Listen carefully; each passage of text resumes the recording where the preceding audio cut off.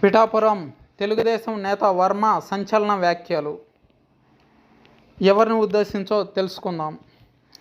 ఏపీలో మే 13వ తారీఖు ఎన్నికలు ముగిశాయి.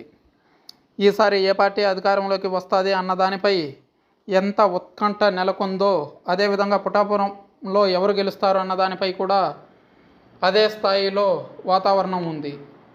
కారణం, జనసేన అధినేత పవన్ కళ్యాణ్ అక్కడి నుంచి ఎమ్మెల్యేగా పోటీ చేయడం జరిగింది. అయితే 2019లో పవన్ 2 చోట్ల పోటీ చేసి ఓడిపోవడంతో ఈసారి పిఠాపురం గెలుపు విషయంలో పవన్ వ్యూహాత్మకంగా అడుగులు వేయడం జరిగింది. పిఠాపురంలో పవన్ గెలుపు కోసం తెలుగుదేశం పార్టీ నేత మాజీ ఎమ్మెల్యే వర్మ కూడా ఎంతో కష్టపడ్డారు.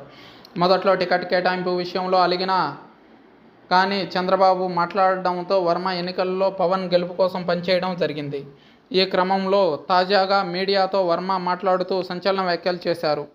పిఠాపురంలో పోలింగ్ శాతం పెరగడం అధికార పార్టీకి మింగుడు పడడం లేదని అన్నారు. దీంతో పవన్ కళ్యాణ్ని ఓడించేందుకు భారీ ఎత్తున అధికార పార్టీ కుట్రలు చేస్తుందని విమర్శించారు.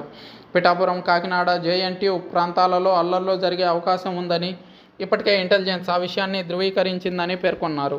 దీంతో కౌంటింగ్ కేంద్రం వద్ద భారీ భద్రత కల్పించాలని వర్మ ఎస్పీ సతీష్ కుమార్ని కోరడం జరిగింది. నియోజకవర్గంలో అన్ని వర్గాల ప్రజలు పవన్ గెలుపు కోసం కృషి చేశారు. అందువల్లే భారీ ఎత్తున నియోజకవర్గంలో పోలింగ్ శాతం పెరిగింది. దీంతో వైసీపీ ఓడిపోతే పెద్ద ఎత్తున అల్లర్లకు పాల్పడే అవకాశం ఉందని తెలుగుదేశం నేత వర్మ కీలక వ్యాఖ్యలు చేయడం జరిగింది.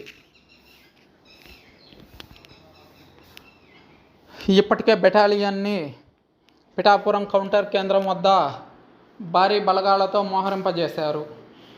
చూడాలి, జూన్ 4వ తారీఖు వరకు ఇదే భద్రతను కంటిన్యూ చేస్తారా లేదా అన్నది.